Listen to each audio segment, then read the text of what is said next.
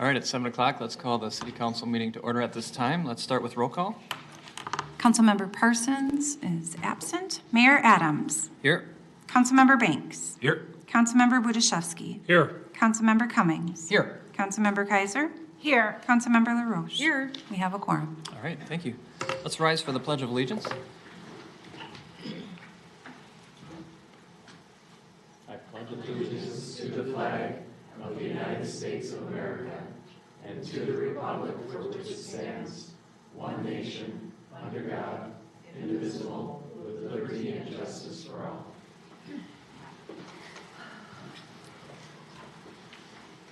All right, we have an agenda before us. Looking for a motion on the agenda.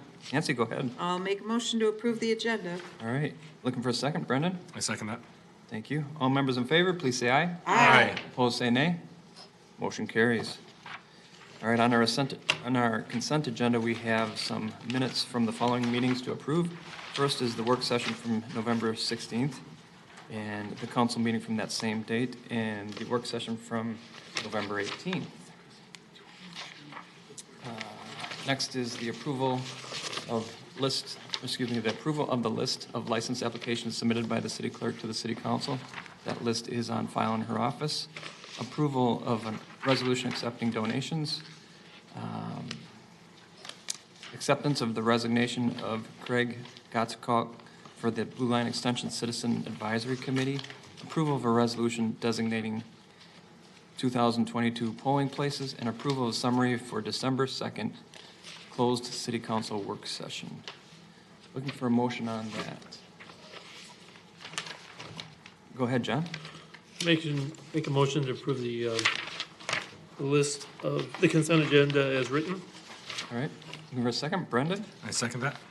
Thank you. All members in favor, please say aye. Aye. Opposed, say nay. Motion carries.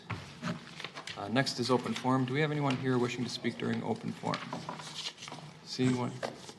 No one wishing to speak for open forum. We will skip by that and move on to the comments.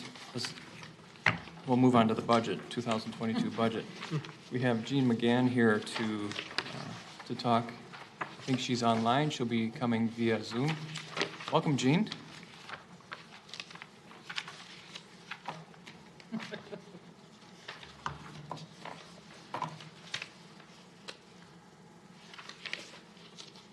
Good evening. Tonight is the night that we get to talk once again about the overall city budget as well as the property tax levy. Can everyone see the presentation up on their screen at this point? No. Okay. I did just share my screen. Yeah, we've got John Sutter working on it. Okay. And I thank see you. it behind this presentation. I can see it behind there we go. Oh, yeah. Now we can see it. We can't see you, Jean. All right, well, I think you'd rather see the presentation than me, so I'll just go ahead and continue here. Like I said, this is the 2022 city budget and property tax levy presentation, and we will be walking through. First, we're going to talk about the overall goals that were set out for the 2022 budget. The intention of the council was to continue with the two-year budget cycle. This is the second year of a two-year budget. The first time the council chose to do a two-year budget was for 2019 and 2020. The second goal is to maintain the core service levels with minimum impact to residents and taxpayers while continuing to implement the council's core priorities. An objective the council has been working on for many years is to fund capital needs so debt will not be needed in order to assist with fleet building or equipment purchases or replacements. A good example of that is the police department building that is in the process of being built at this point. For 2022, the council has decided to increase the funding for street improvements and also to keep the enterprise funds or utility funds solvent with modest utility rate increases. I mentioned that the council does have 4 primary goals. The first is to have a thriving business climate. Now, on each one of these goals, there are a number of objectives that are listed. I will not read off all the various objectives. However, this is just a sample as to the efforts that the council and staff have went to. The second objective was to have strong neighborhoods. Now, if you look at strong neighborhoods, one of the biggest components of this is really to take a look at the overall master park plan that was adopted.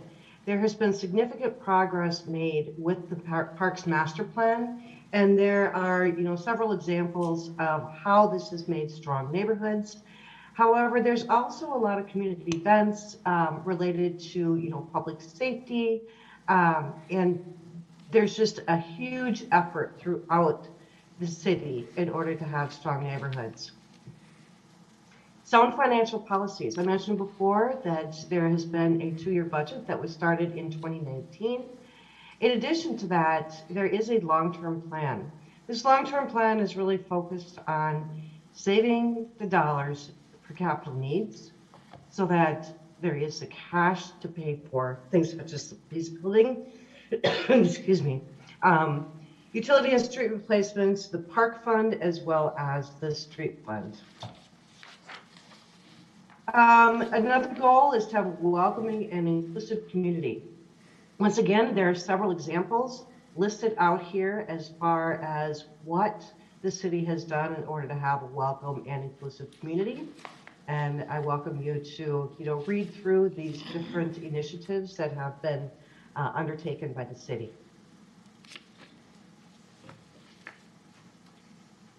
As far as the 2022 budget, there are several items that we wanted to mention before we get into the actual numbers. I did previously mention this evening that there has been increased funding for streets, and that will help as there is a lot of streets that need to be repaired, maintained, etc. within the city. We're very fortunate that the health insurance premiums will remain at the 2021 rates. We do anticipate a workers' compensation insurance increase between 10 and 15%. And we are also looking at insurance increases for property liability as well as auto insurance. The union contracts are still open for 2022, and we are maintaining the utility rates consistent with the 2018 rate study.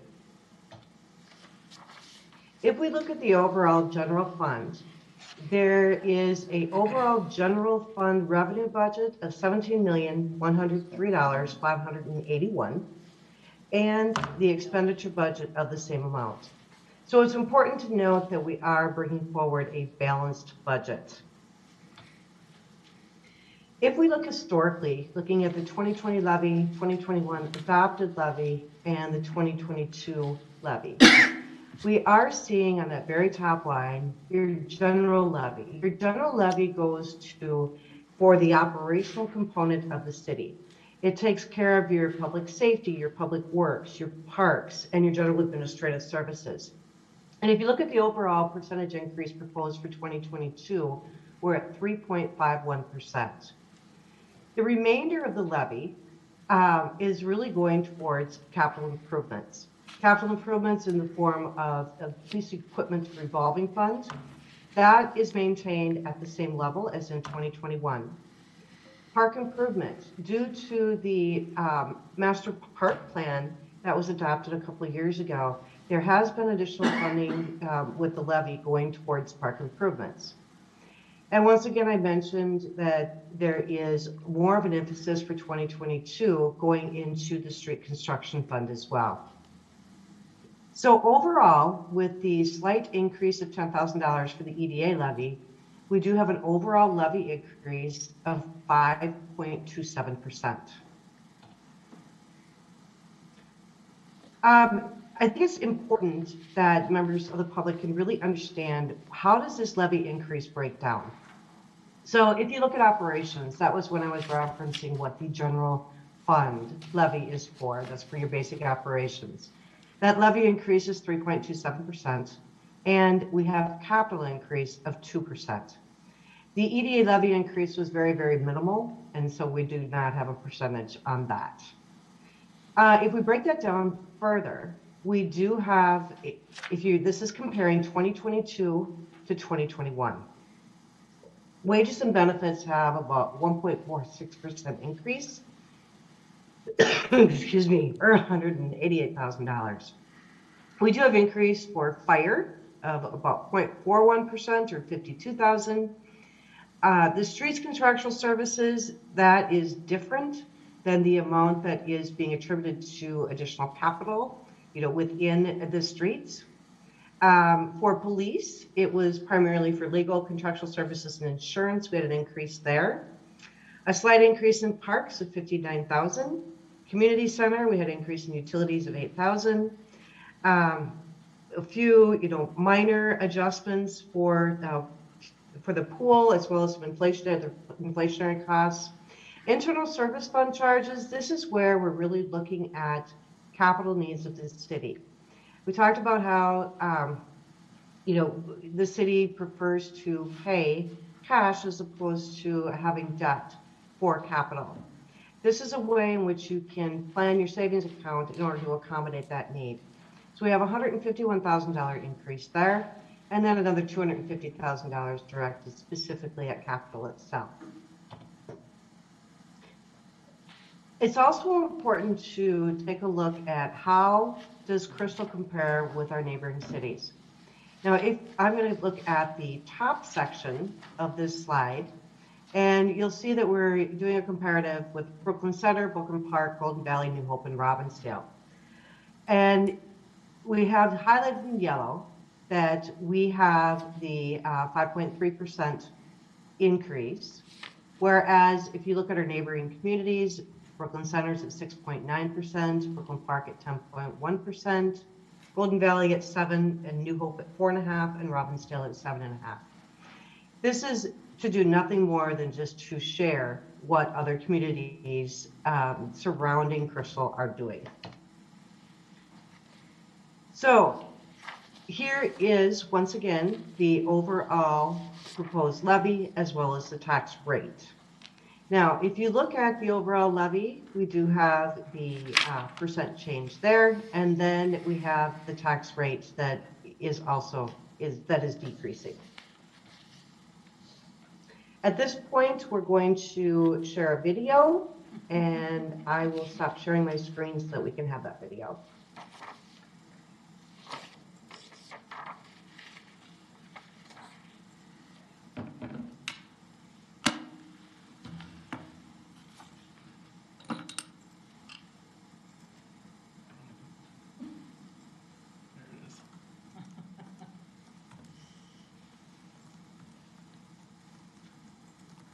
As long as governments have existed, going back thousands of years, so have taxes.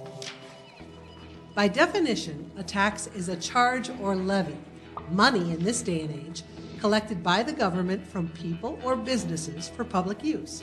Examples include the income tax, sales tax, and property tax. The money is used to pay for police protection, roads and bridges, human services, and more. In Minnesota, the property tax is collected on property owned by a person or business. Decisions made by government have a big impact on your property taxes, whether it be a decision made at the local, state, or federal level. The term local government refers to your city, county, school district, and any other entities that have been given taxing authority by law. If you take a look at your property tax notification or statement, you'll see that it lists a whole host of taxing authorities. The county sends these notices on behalf of those taxing authorities, including your city, school district, the state, and several others depending on where you live and the type of property you own. Every year, each of those taxing authorities sets a budget for the upcoming year, and they determine how much property tax levy will be necessary to support that budget.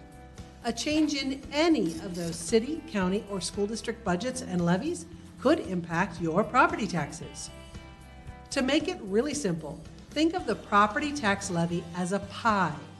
Once the levy amount or size of the pie is established, it's time to determine how to divide it. The number of slices represents the number of properties contributing to the pie. The size of each slice is determined by value. Bigger slices represent higher valued properties, and vice versa. How can the size of your slice become smaller? First, your government can lower the levy amount collected from property owners, meaning the overall size of the pie gets smaller. Second, more properties could be built in the community, which helps ease the share for everyone. No doubt you've heard the phrase, many hands make light work. And third, the amount of money local governments receive from state and federal sources could increase, leaving the local government less dependent on the tax levy. But what about your property value? Where does that fit in? Your property taxes can be affected by your property's value. The market value of your property is the likely selling price in the current market. That value is evaluated or assessed at least every 5 years by an assessor hired by your county or city. The assessor will determine if the property is valued similarly to comparable properties in the area. Your property taxes are also affected by the value of other properties, whether it's a home or business, existing or new. A significant increase or decrease in another property's value can affect your property's value. As we said earlier, new construction can help lower property taxes by growing the tax base and thus diluting the tax responsibility. So the amount of property taxes you pay can be influenced by both your property's value and the value of properties around you. Overall, the amount you pay in property taxes boils down to two things: a property's value, whether it's yours or someone else's, or a decision made by your local, state, or federal government. Collectively, the money supports law enforcement, the roads we travel, where we learn, where we laugh, and where we live.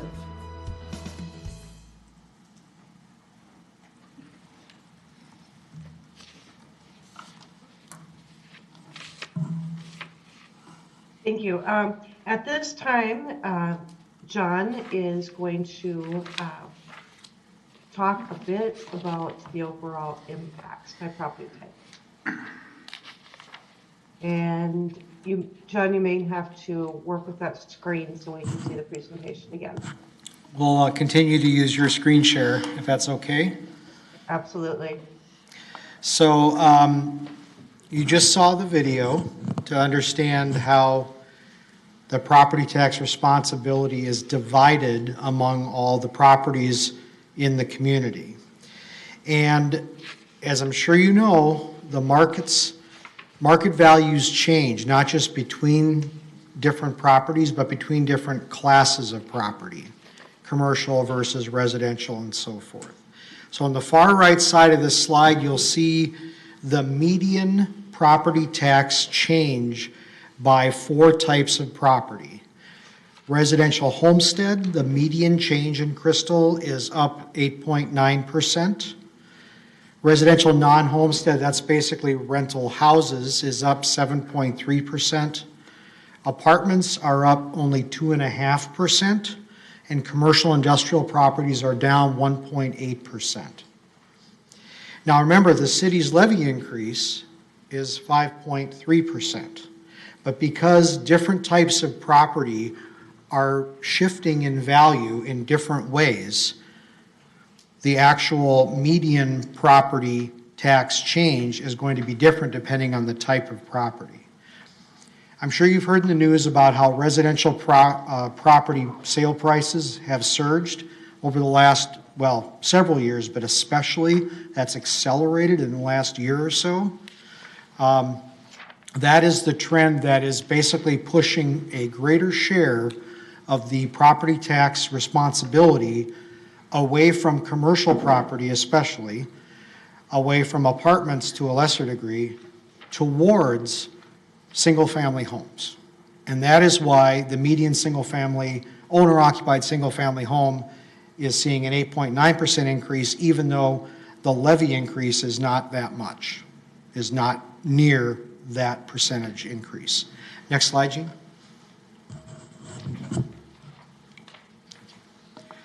So now looking at it another way, what if we look at different not median and different percentiles of increase or change in taxes. But let's take a snapshot of properties at different value points. Because even within residential single-family homes, properties at different points in the value range are moving in the market differently.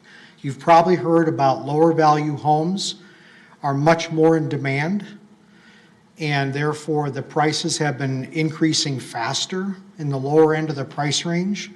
So we looked at a snapshot of the 10th percentile valued home, 30th, 50th, 70th, 90th, and so on. Their estimated market values are in the next column.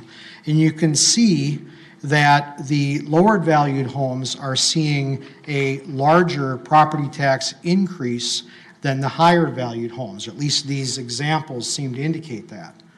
Again, that is something purely related to what's happening in the real estate market.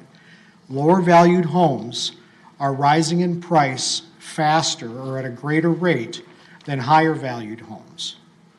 Higher valued homes still pay more property tax, but the rate of change is less. Next slide, Gene. Next one.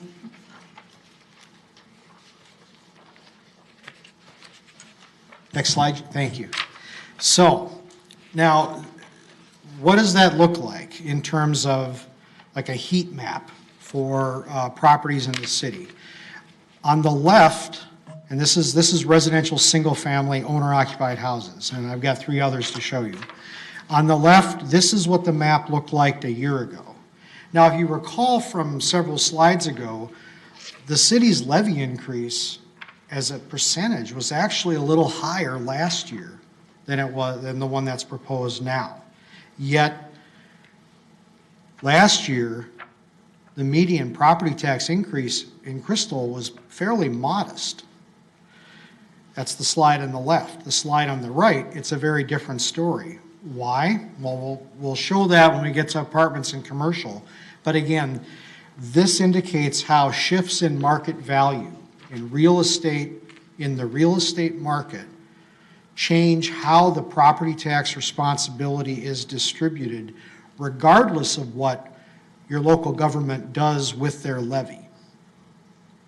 Again, the city levy increase on the left was a little higher than the one on the right, but what's happening in terms of the taxes paid for residential property is very different between the two. Next slide.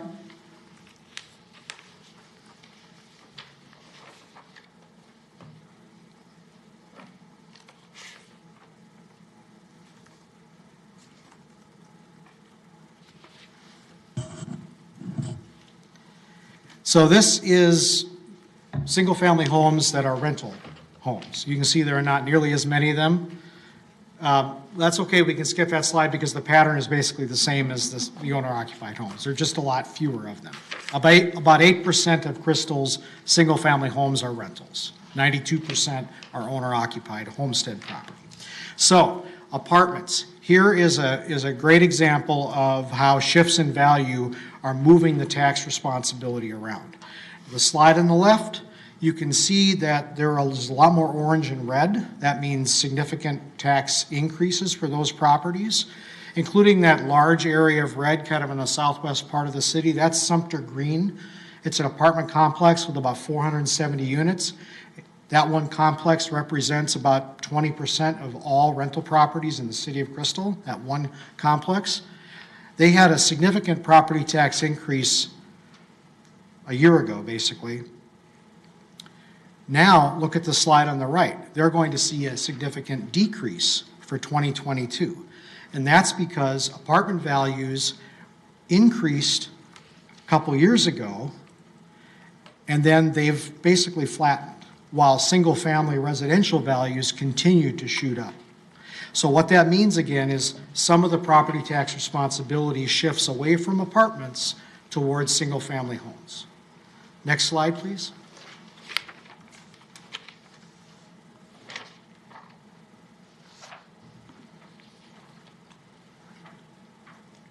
So commercial industrial is where you can also see a significant difference. On On the left, you can see especially in the upper part of the city, the north part of the city, where Crystal Shopping Center is located. They had a tax increase last year, and so did many other commercial industrial properties in that part of the city. If you look at the slide on the right, Crystal Shopping Center is that large blue parcel kind of in the upper middle left part of the screen. Crystal Shopping Center is going to see a 15% property tax decrease for 2022. Why? Because commercial values are either flat or declining in the real estate market. Here again, shifts in the real estate market shift where the property tax responsibility is placed. And so, as you saw a few slides ago, the median commercial industrial property is going to see a property tax decrease in 2022. All of these shifts are because of changes in the real estate market, regardless of what the city, the county, the school district, or any local government does with their levy. There are two main moving parts to the property tax picture, to what you see as a property owner. And the valuation piece is another part, in addition to the levy. And with that, I think, Jean, you can take over and talk about the various options for property tax relief. Thank you, John. I'm waiting for this to actually go to the next slide here. There we go. There are some different property tax relief programs available, and these programs are offered through the state. Some of the various programs available would be the homestead credit refund. There is a renter's refund. They also have a special property tax refund referred to as a targeting program. There's also a senior citizen deferred property tax program. And information on all of these various relief programs you can receive more information by contacting the Minnesota Department of Revenue. Both the phone number and the website are listed up there for your reference. And at this point, we are finished with the presentation. Thank you. Thank you, Jean. Thank you, John, for your presentation as well. Council members, any questions relating to this presentation? All right. Seeing none, at this time I'd like to open a public hearing in relationship to the presentation and the budget. Is there anybody here wishing to speak on the budget? All right. Have you filled out a yellow sheet? Why don't you go ahead and speak, and then after you're done speaking, you can fill out the sheet. But introduce yourself, give us your address, and you may speak. So welcome. Hi, my name is Gabriella Gothier. I live over at 6617 on 59th Avenue North. I'm here on behalf of two other homeowners who couldn't make it tonight to ask the City Council to please not vote to increase our property taxes. Our personal family, we pay $132 more a month in property taxes than we did 2 years ago today. And with this coming, it's really hurting our family. And I know that the city needs funds for stuff, but we're asking that you please consider maybe there's other things you could spend a little less on to focus on what's more important for you this year. And I know the power to tax is also the power to destroy. And as our representatives, I'm just here to ask you to please keep us in mind, because our founders founded this nation because their taxes were hurting them and people weren't paying attention. And I'm just here to let you know people are hurting. And thank you so much for your time. Thank you, Gabrielle. All right. We had someone online. Melissa? No, I think the resident maybe that is unmuted, Oh, where are they? right there, maybe? I don't know. I think it may be me. Can you all hear me? Yes. Okay.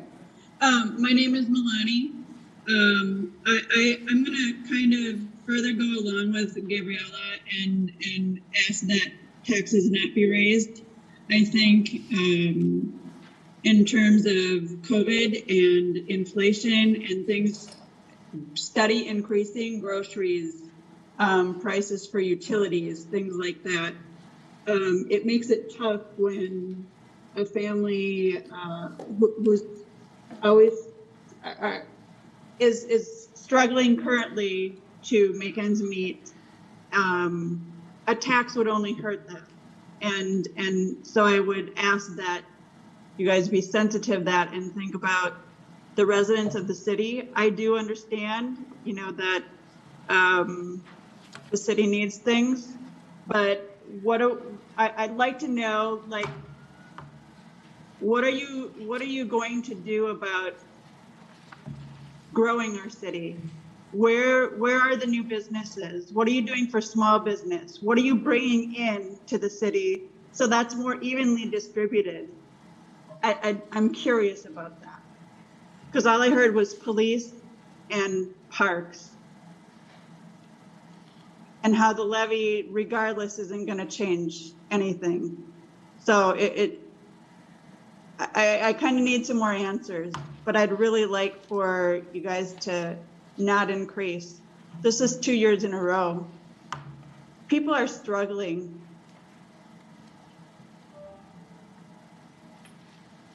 Melanie, was there anything else? Nope, that's it. I appreciate your time and your attention. Could you please give us your last name and your address? Yep, Kelly, 4813 Xenia Avenue North. All right. Thank you for your comments. Thank you.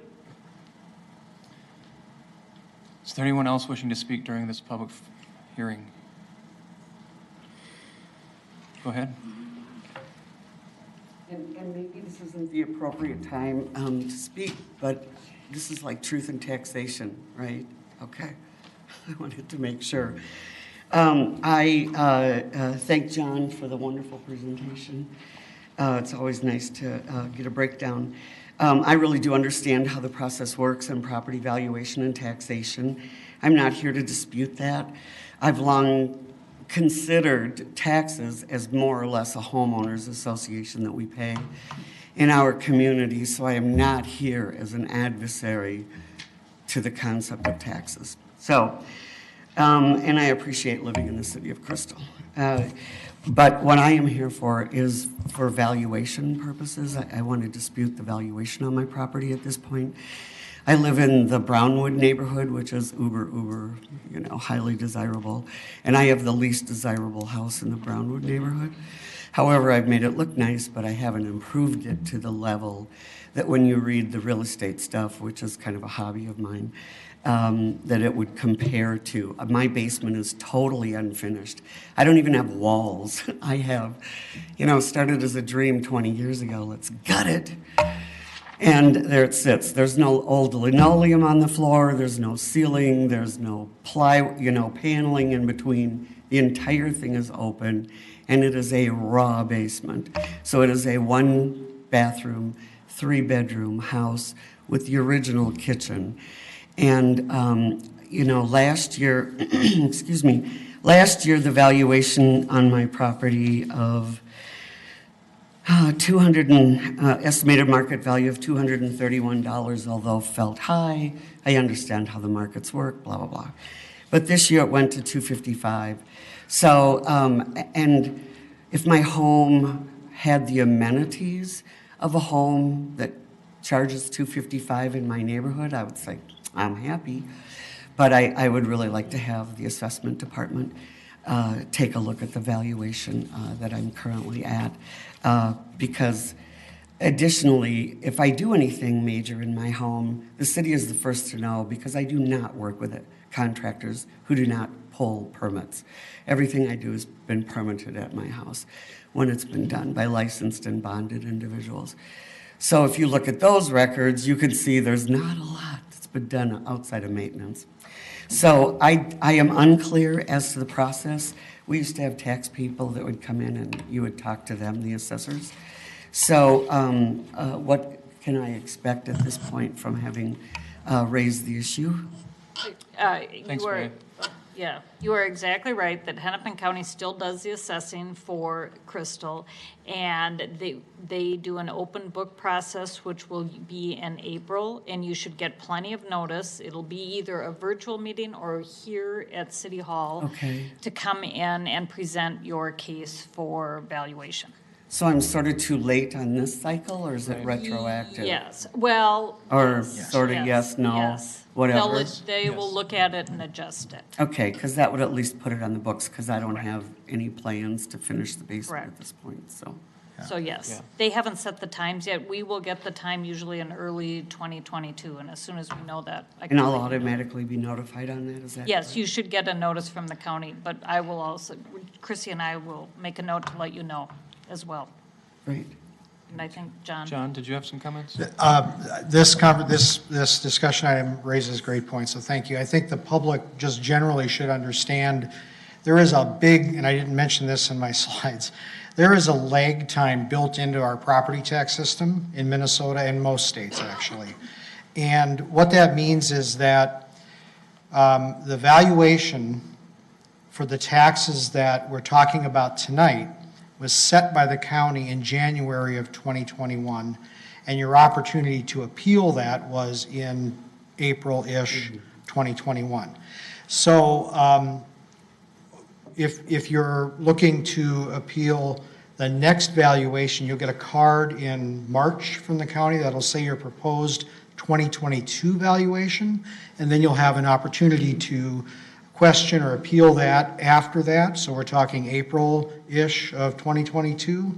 That value would affect your property taxes that you pay in 2023. So think about valuation in year X, and then it actually affects the taxes the following year. And that's the lag time that's built into the system.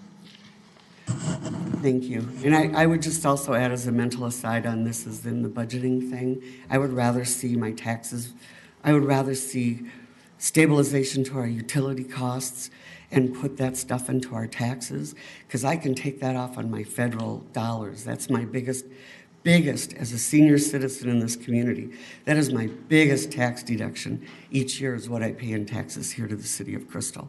And I get it back from the federal government. So rather than paying $450 a quarter water bills, I would rather pay, I know people are going to really disagree with me, I would rather see those expenses put onto my taxes and let me just have a clean bill of it that way. Take all the line items off on our utility bill, charge me for the water, of course, but shift that stuff into our taxes so that I can recoup some of that as a senior. Thank you for your time this evening. I appreciate it. Thank you. Thank you. All right. I know as a council, when we looked at the valuations this year, we were expecting some of this to hit, and it hit a lot sooner and harder than I think what we thought. And I am not looking forward to next year because I think it's going to be way worse than what we've just experienced. So don't forget about that April valuation thing. Not that will be granted or not. It's going to be based on what the market has done this year, and the market was crazier this year. So again, buckle up. Ron? State your name and your address, and then go ahead. My name is Ron Lamont. I live at 6526 45th Avenue North. I had a new home built in 2015 here at a price of $231,000, and I'm kind of alarmed at the rate my taxes are going up here. And for curiosity's sake, I happened to go online today to compare some prices of some homes, two right directly behind me and one across the street from me. And I find that my home, which is just a small two-bedroom home, square footage is 1,180 square feet. And in making comparison with some of these other homes, I find that most of them are about 800 square feet and have 4, and in one case, 5 bedrooms in them. And I'm finding that their taxes are running anywhere from $600 to $800 to $900 less than my property taxes. And my tax proposed here for 2022 is $4,177, and I don't know what some of these other homes that I've looked at online are going to be going up to this coming year, but I think it's just kind of out of line for a small home like I have there, and it just kind of alarms me at the rate that taxes are going up. And you know, I'm on a fixed income, and it kind of scares me for the future what it might bring. And I'd like to see somebody give me maybe look at my home. Got an unfinished basement, 2 small bedrooms, and I don't think that it's very equitable, the difference that I'm paying. I know the home right across the street from me is, it got sold here about a year ago, and it has 5 bedrooms, and its 2021 taxes were $3,132, and I paid $3,801, and it looks like it could go up to $4,177 in this coming year. And I'd just like somebody to take a look and tell me that this is an equitable situation. So your question was very similar to the person who spoke before you. It's a valuation issue. The valuations were done by Hennepin County last April. If there's a comparison of valuation issue compared to you and your neighbors, that's going to be the time for you to look for that. And the next one will be in April, and you'll want to make sure that you pay attention to that, and we'll get to that so you can try to get that equitable. They'll figure out if there's reason for it. If there's no reason for that, you know, they can make a judgment. So they'll be able to help you. It looks like my property value will be going up about $32,000 in 1 year, and that seems a little excessive to me. Right. I know when you bought a property a year ago compared to what you bought it today, that valuation difference is real in terms of the value of your property. If you were buying brand new a year ago compared to now, it's that big of a difference in Crystal. We've been experiencing it all over the community. So I understand your point about valuation comparing to your neighbors. That's an important part, and that's why we do that thing in April, to make sure that it's in line with your neighbors so that you're not paying more than your neighbors on an equal, what should be an equally valued property. So take advantage of that. And sir, you also mentioned fixed income. You might be eligible for the senior citizen property tax deferral program too. So that's something else that you might want to take a look at and see if that's something that you want to go forward with as well. So, and then also on your tax form there, I know you just quoted us the total amount of property taxes, which is, you know, county, city, as well as the school district, and any special taxing that is also included in that as well. So you might want to take a look and see what those areas are as well, and kind of break it out and compare year by year how those increases are going. Okay, who should I talk to?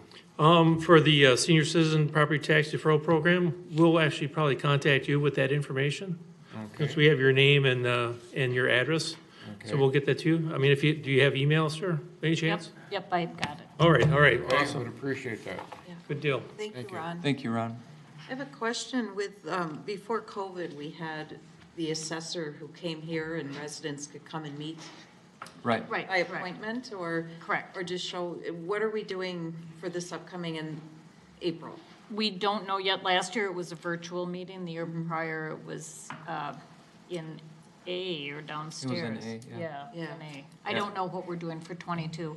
If we have Chris, any, you- if we have any say, let's do person. Right. Chrissy will get notice in early 2022 of what the county is planning. Great, thank you. Yeah, so if there's an option, choose that one. All right. Is there anyone else wishing to speak based on the taxes, property tax levy? Seeing no one, I will open the public hearing. Yeah, I meant close. I don't know what you guys are thinking. I heard close in my mind. All right. Council action? Anyone? John? Make a motion approving the 2022 budget, the 2022 property tax levy, and the 2022 Economic Development Authority property tax levy. Thank you. Looking for a second. Dave? Second. Thank you. All members in favor, please say aye. Aye. Aye. Opposed, nay? Yeah, just a reminder, Olga, unfortunately, you can't vote. Right. I think you're, okay, I thought that was for the EDA, and never mind, I'm not voting. An aye. Thank you. We do appreciate you attending, Does however. show support, yeah. I am here, yes. Yeah, that's awesome. Okay. All right, next is our regular agenda.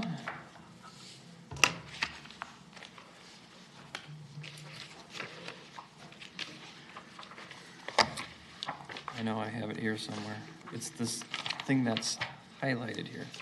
All right, next item is the disbursements of $25,000 or greater. I will read that into the record at this point in time. First item is Logis for monthly supporting and hosting firewalls and wireless upgrades for $61,456. Year Mao Lore for the sprinkler system financed through property taxes, $65,693. Min Para for the employee city required contribution for pay date 11/12/21, $62,875. Kraus Anderson for the new police building project management, $54,929. Lake Town Electric Corporation for building costs, $48,000. That's police building costs for $48,925. McDowell Company for building costs for police department, $108,595. Northland Concrete and Masonry for the building, the police building, for $435,983. Veet Companies Contractors for the building costs for the police department, $52,592. West Metro Fire Rescue District November contributions for the fire department is $110,140. Overhead Door Company for the replacement for the fire roll-up doors at the community center for $28,748. Min Para for employee and city required contributions for pay date November 26, 21, $61,647. Met Council for wastewater services for December, $134,035.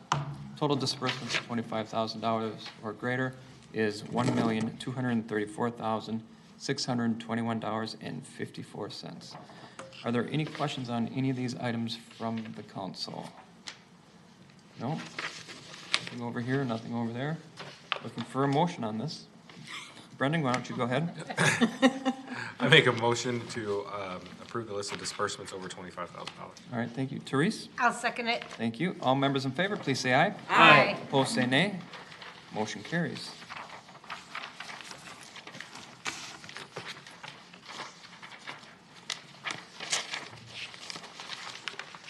All right, next we'll take a look at the contract for the police building audiovisual. Ann Norris is going to start this one out. I'll start, and then Melissa can fix whatever I've said wrong. As you see in your packet, Wold handled bidding out the AV portion of the police building, and our budgeted amount for that part of the project was $250,000. Wold got 3 bids, and the lowest responsible bid came in under that budget amount, yay. So we are asking you to approve the contract with Video Services, Inc. for the AV portion of the project, and there's a resolution in your packet doing that. Melissa, what did I miss? You missed nothing.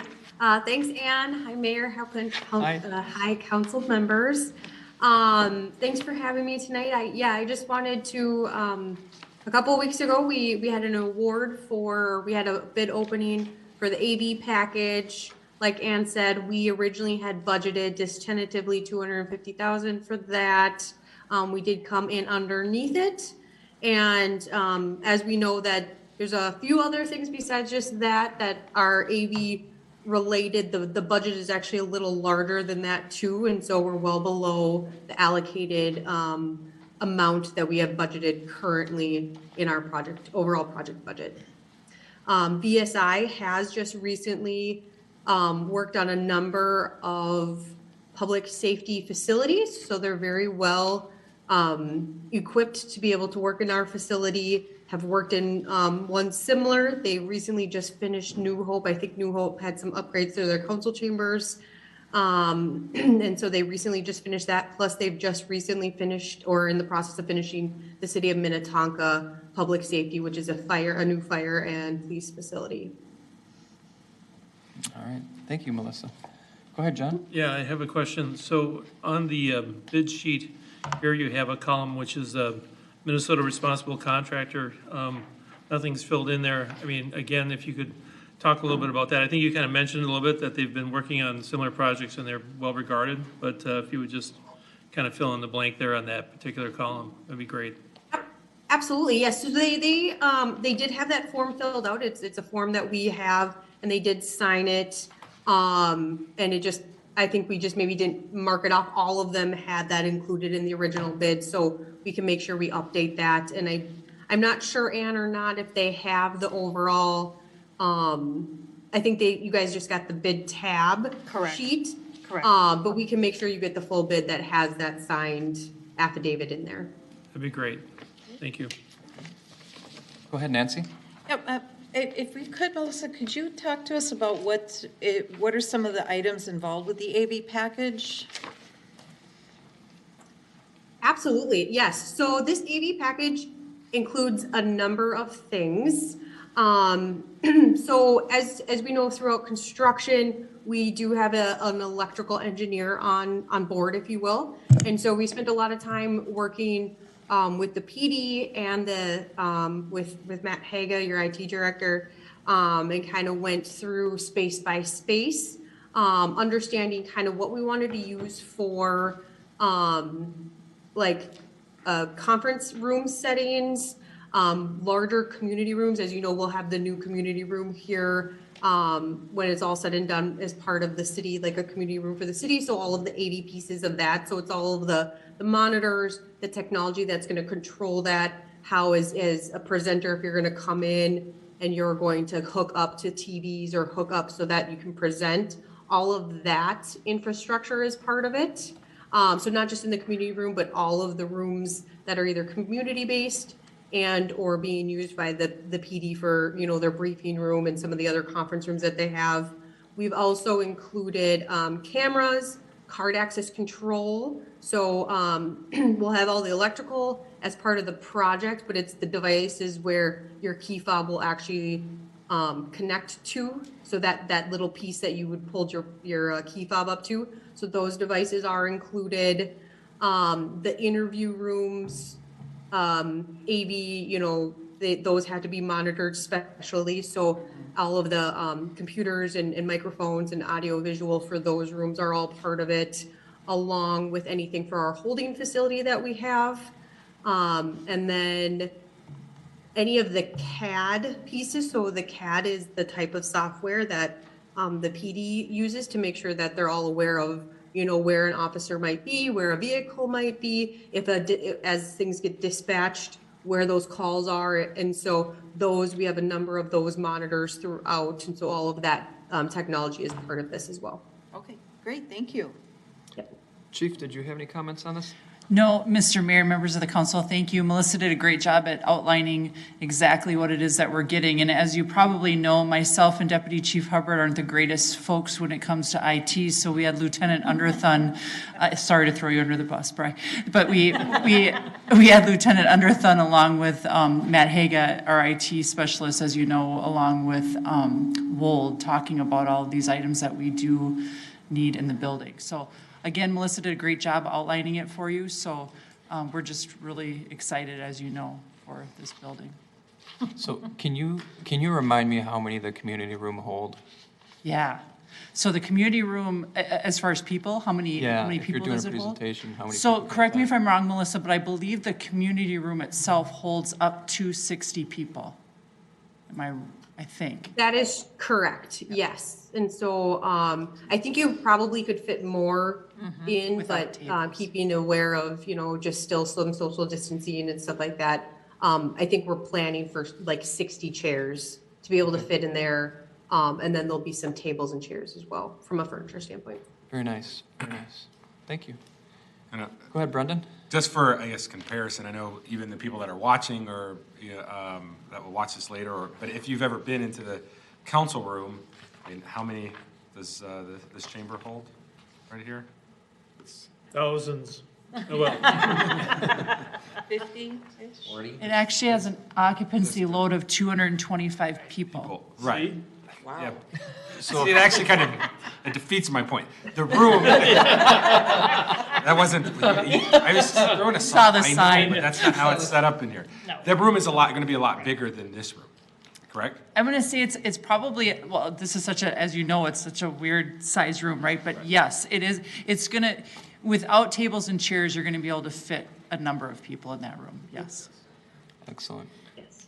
Good. It was supposed to be a softball. Sorry.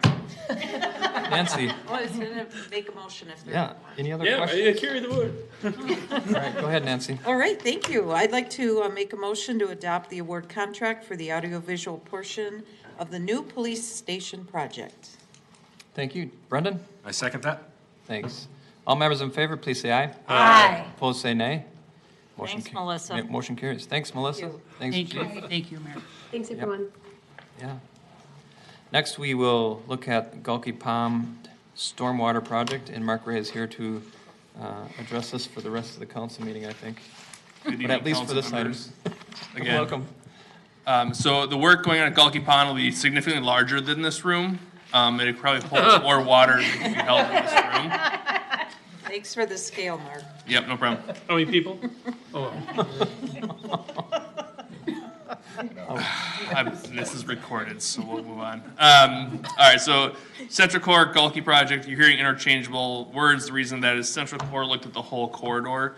We're only moving forward with the Gulky Pond portion of it. So that's why you're gonna hear multiple terms that really refers to the same project. Funding, so for the past years, as you are well aware, we've done a number of projects, looks at a variety of things.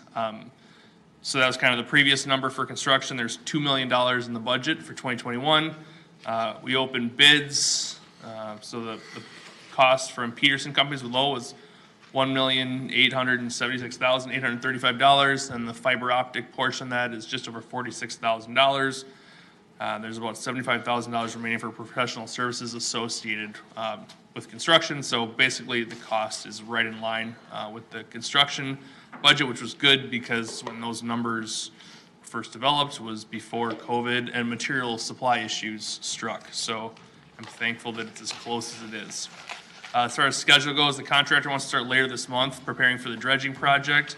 The pumps, controls, that work will occur next summer, or this summer of 2022. As far as the agreements go, we actually got the DNR permits, I think earlier this week, so that's awesome. Waiting to hear back just for some paperwork with the school district, that's good to go. And then the Robbinsdale pumping agreement is starting to be drafted. I'm talking with the city attorney about that after this meeting. Surprise, Troy. So that'll be coming up probably sometime next year. So the action before you is to approve the contract with Peterson Companies for the construction of the Storm Central Core project, which is the Gulky Pond project, and then a motion to approve the contract with Loges for fiber. Are there any questions? Questions from the council? Go ahead, Nancy. Typically, these are done, the dredging and that is done during winter, if I remember right. Correct, yep. Yeah. So we gave the contractor 2 winters to do the work, Mhm. and they chose to move ahead with it, so that's excellent. That is Yeah. excellent. Needs it. All right, any other questions? Looking for a resolution motion? Anyone? Brendan? I make, No, I was pointing to. I make a motion to approve the resolution to award the contract for Central Core Storm Water Project. Thank you. Nancy? I'll second. Thank you. All members in favor, please say aye. Aye. Opposed, say nay. Motion carries. All right. Do the second one? Yes. Yeah, go ahead. Brendan? All right. I make a motion approving the resolution authorizing the contract for fiber optic installation to Adair Ave storm water lift station. Thank you. Nancy? I'll second. All right, all members in favor, please say aye. Aye. Opposed, say nay. Motion carries. All right, next item up is an agreement with the Shingle Creek Watershed Management Commission. So if you have any questions, please ask Bert. Basically, 639 wetland area. It's a wetland. The city has a lot of recreational stuff programmed up there, as well as the watersheds are doing a lot related to trying to capture the nutrients because Upper Twin Lake is listed as an impaired water. All of this project is all at Shingle Creek watershed cost. As with previous projects, we're just administering it. So other than staff time, BERT is fairly expensive. That's all that we take. All the actual construction costs are handled by the watershed. That said, I've had some conversation with MAC, so Airports Commission. They may not want this work to go ahead, so I'm working with them. But just so you know, we might approve this and then nothing might happen because MAC is being MAC. So with that, I can talk about the project. Basically, as you can see, there's an overflow, which is the dark colored channel in the aerial photo. They're gonna basically put in some check dams to slow the water down, pass it through an enhanced sand filter system to capture some of the pollutants so that it'll be cleaner water going into Upper Twin Lake. It's all gravity fed, so there's no pumps or anything. It's basically what came out of the North Lyons pilot project a few years ago, where they put a enhanced sand filter on the north side of the pond to do a similar thing of capturing pollutants. Turned out well, so now they're kind of taking it mainstream, if you will. Well done. Questions? Brendan? Do you know why the MAC may deny this? Other than the MAC being the MAC? Well, in the past, they've not wanted any water to be standing because it attracts birds. That may be one reason, but I don't think. We have a very complicated relationship with them. It's better than it has been. And hopefully we can continue that. Yeah. We're trying. Yep. All right. Looking for a motion on this if there's no further questions. I can make a motion. Go ahead, John. I move approval of the cooperative and sub-grant agreement for the SRP channel extension project. All right, looking for a second. Dave? Second. All right. All members in favor, please say aye. Aye. Opposed, say nay. Motion carries. Rolling along. All right, so while it is snow in the air, we are thinking of lawn mowing next year. We do contract out some lawn mowing for long grass violations, EDA properties along the Highway 81 corridor, and some other minor landscaping as needed. Basically, it's a support for park staff if there are things they just can't get to. The contract's a one-year contract with the option to extend up to 2 additional years. It's paid for out of various sources depending on where the work is being done. We did solicit quotes back in 2018. Whippersnapper was the lowest one then. They've been great to work with. The guy lives down the street, so it's just been a really good, positive interaction. He provided an updated cost for the next year, and they're really in line with all of his previous costs, which are great considering all the factors at play right now.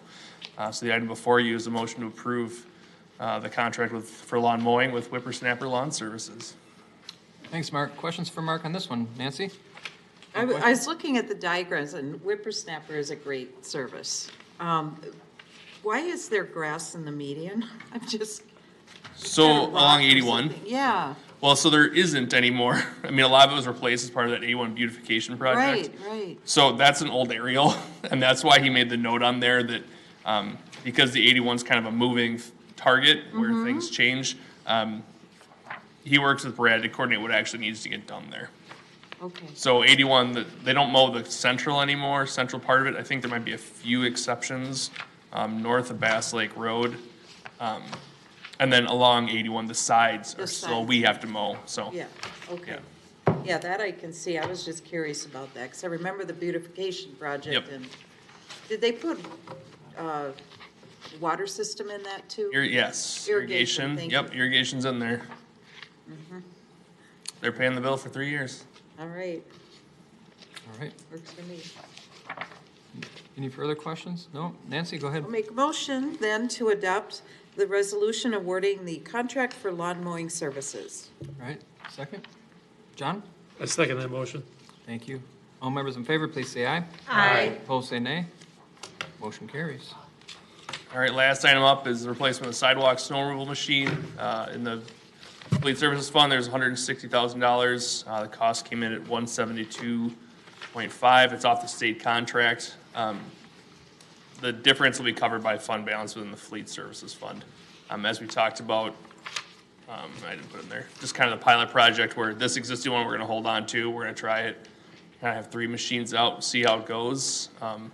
And then depending on feedback you all get, we get, we'll circle back to see if adding the funding to purchase a 3rd machine, as the council wants to do, at a future date. I would say we're hoping to get at least this winter and next winter in as kind of the pilot project at a minimum. Unless it goes horribly wrong, I'm just gonna sell it and move on. All right, awesome. John? I just had a question about the number of times you actually had to send these vehicles out to do the sidewalks last year. Man.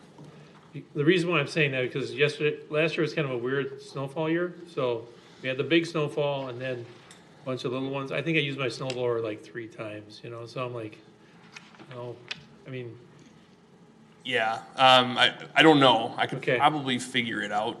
One of the challenges we do is there's a lot of repeat work. So like we did the county roads today, I believe. Oh, I We're gonna have see. to go back and do it again because the county provides us snow from the roads. Sure. So there's a lot of repeat stuff in there too. So that'd be a really interesting one to try to figure out how you do that number. But they're out a lot. Because we have to chase it a lot. So, you know, like, even if we go out today, like, we'll be chasing this for a day or 2 for this one, assuming it doesn't snow again. All right. Does that kind of answer the question? Well, it doesn't give me the number, but, you know. I'll try to figure out how to get, Yeah. I'll try to figure out, so I think the best way is, do you want the number of days the sidewalk machine was out? That's what I would like to hear, Okay, yeah. that I can figure out. Yeah. Okay. Awesome. Yeah, if I could, with that, you have, it's not just during a snow event, sometimes it's during the thaws and things too, right? Do you go back and do clearing, you know, with melts and things too, to get Yep, ice? so we'll definitely go scrape. They actually, I mean, there's a broom that goes in the front of them, so they also go out in the spring and fall sweeping sidewalks. Yes. Too. So, double purpose, which is nice. I'll try to figure out when it's only for snow. And also promise me you won't have a naming contest, because we don't want Sweepy McSweep Face or something, right? I'm sorry. It's like Minneapolis MnDOT had their name the plow contest. Yeah. Like, please don't. I can't make any promises. Now you will that I asked them. Must have been thinking of it already, I'm guessing. I have been asked. That is a completely accurate statement. All right. Yeah, you know, I mean, this little test pilot thing is, you know, it's not a huge, it's not the full amount of the property or the equipment. So it's good to at least kind of play it by ear, because 2 years ago we had both of them out. Oh, yeah. And that's not a good place to be, because that's when phones start ringing and of course the streets become more, or the sidewalks become more dangerous. So, yeah, I'm glad we're doing this experiment. Yep, definitely. Thank you. All right, any other questions, comments, motion? Make a motion approving the purchase of a replacement sidewalk machine, snow machine, right? Perfect. There we go. There you go. Looking for a second? Dave? Second. Thanks. All members in favor, please say aye. Aye. Opposed, say nay. Motion carries. All right. Announcements. Recording stopped. Oh, we That didn't was- adjourn yet. Recording in progress. Wrong button. So the announcements for today, the city council will be meeting next Tuesday, December 21st, at 7 p.m. in the council chambers at City Hall. You may attend via Zoom. City offices will be closed December 24th in observation of the Christmas Day holiday. Offices will also be closed December 31st for celebration of New Year's Day holiday. City council work sessions and meetings are open to the public. Current and previous meetings are available for your viewing or listening at our website, crystalmn.gov. Just a comment on budget tonight and when it comes to evaluation. Let's make sure this year we kind of step up a little bit what that advertising might be so that people don't miss it. I mean, obviously it's something that comes, it comes through the communication in the mail, but let's do something to make sure people are aware so that they know kind of what the process was. That'd be awesome if we could do that. With that, Nancy? Since Sarah is here, could you talk to us about, isn't there a craft show coming up at the fire department or West Metro Fire Relief? Yes, on Saturday, the auxiliary. Ooh, Helping promote. in the microphone. Thank you. The auxiliary is having a craft fair at Station 3 This Saturday? this Saturday. And I'll be out of state and I'm so bummed because it is one of the best craft fairs. Well, excellent. I'm Yeah. sorry you're not going to be able to make I it, but got so many great gifts there. Yeah. What is so- the time? 9 to 3. 9 to 3. Thank you. Yep. And also your Santa for a senior deadline was extended. I read, but I don't know to what date. I know it was goes on through the Facebook. 10th, and if it's been extended after that, I'm not. Maybe to the weekend or something. Okay. Not I know sure. there's still about 15 ornaments left, so. I dropped anybody that mine can off come in on and Saturday pick and one up. noticed a lot of them, or Sunday, one of the 2 days, and noticed there were a few. Oh, All right. okay. Okay. Thank you. How Thank about you. Toys for Tots, Chief Revering?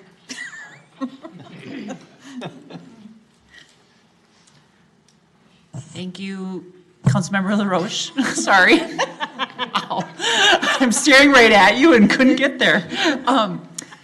You may have seen when you walked in the door of City Hall that we do have the Toys for Tots box. So please, to our listeners and residents, please continue to bring in the unwrapped presents that you have. I believe, and I'm going to get the date wrong, that's why I'm looking over at Deputy Chief Hubbard. I think it's through December 15th.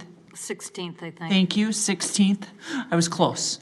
Notice he just nodded yes, because he knows I was wrong, but he didn't want to say. So through December 16th, please drop off your toys. Great, thank you. Thank you, Chief. I'm sorry, just so you're aware that this, Be a Santa for a Senior has been extended through the 14th of December. Thank Awesome. you. Thank you. All right. Motion to adjourn? You're yielding? You're yielding? Well, he I thought you were usually do that, racing. doesn't he? You know. And I'll John, go second. ahead. I made a motion to adjourn. All right.